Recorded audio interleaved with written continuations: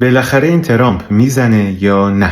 به قول این دوستمون خب چی کار میکنین؟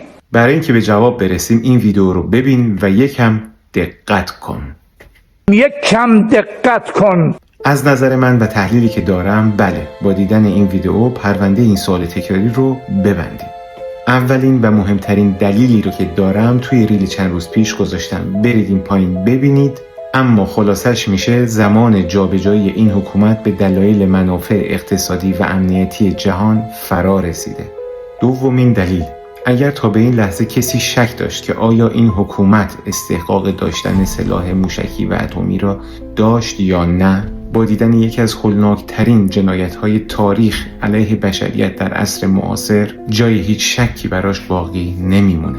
بنابراین آمریکا به نمایندگی از کل دنیا در جنگ 12 روزه علیه ایران اقدام به رفع این خطر احتمالی کرد و کل زیرساخت‌های اتمی و موشکی را از بین برد تا از ایجاد یک کره شمالی دوم و به مراتب خطرناکتر جلوگیری کنه.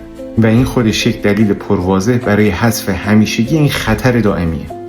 و دلیل سوم، ترامپ از دوره اول ریاست جمهوریش قدم‌های اولیه حذف این حکومت رو برداشته که اقدامش در رابطه با حذف سردار قاسم یاد هممون هست، چرا که برای تثبیت جایگاه پیشرو بودن کشورش در برابر ابرقدرتی همچون چین نیاز داره که قدم‌های بسیار بزرگ و جدی برداره.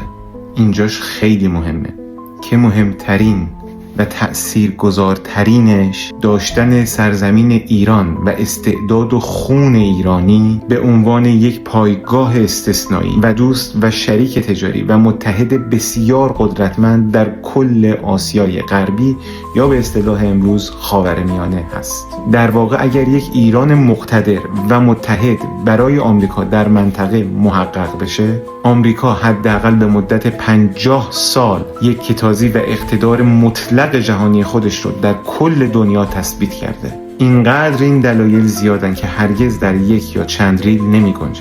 ولی خلاصش میشه جغرافیایی، امنیتی، منابع، اقتصاد، نفت، حجم وسیع سرمایه گذاری، نفوذ به قلب آسیا، نزدیک شدن به تمامی کشورهای منطقه و.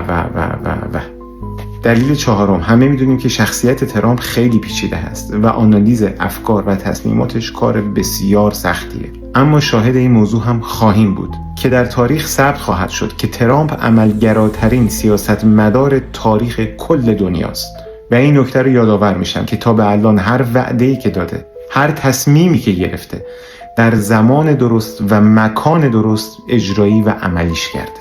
پنجمین دلیل، کشورهای غربی و آمریکا چندین ساله که به واسطه تحریم‌های سنگینی که علیه ایران وضع کردن، کل بازار و اقتصاد ایران رو با جمعیتی بالای 90 میلیون نفر مردم مصرفی رو از دست داده و در تمام این سالها و این مدت این فشار اقتصادی رو برای خودشون تحمل کردن و از این فرصت‌ها گذشتن برای رسیدن به امروز و این لحظات تاریخی که نزدیکترین لحظه به حذف کامل این حکومت و شروع به ساخت یک سرزمین امن برای تجارت و ارتباط بین‌المللی هست. تمام این مدت این فشار اقتصادی و استفاده نکردن از این موقعیت رو تحمل کردن برای رسیدن به امروز و این موقعیت خاص که از دست اینها خلاص بشن و یک بازار امن و رویایی رو زیر سایه یک دولت استاندارد و با فهم روابط بین‌الملل تجربه کنن. و دلیل ششم، قطعات پازل رو کنار هم بچینیم. نابودی بالای 90% از نیروهای نیابتی حکومت ظرف کمتر از 3 سال. حذف اغلب فرمانده‌های نظامی تاثیرگذار حکومت ظرف مدت کمتر از 30 دقیقه.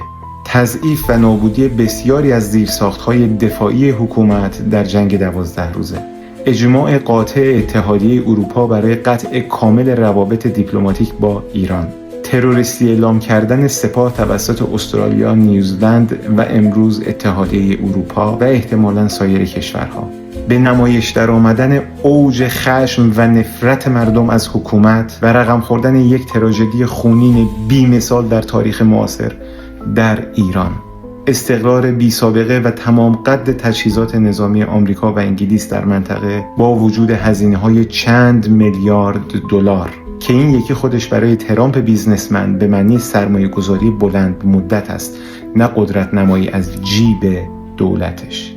و فراموش نکنیم وعده ترامپ به کمک حداکثری به مردم ایران که عملیش خواهد کرد، نه به خاطر مردم ایران، به خاطر اینکه ایشون مرد عمله و میخواد همیشه ثابت کنه که کلام من لازم الاجراست.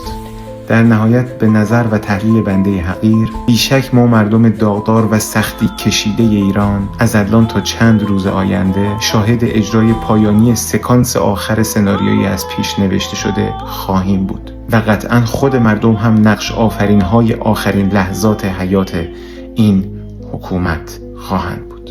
یاد و خاطر همه جاوید نامان ما تا ابد در تاریخ مانا.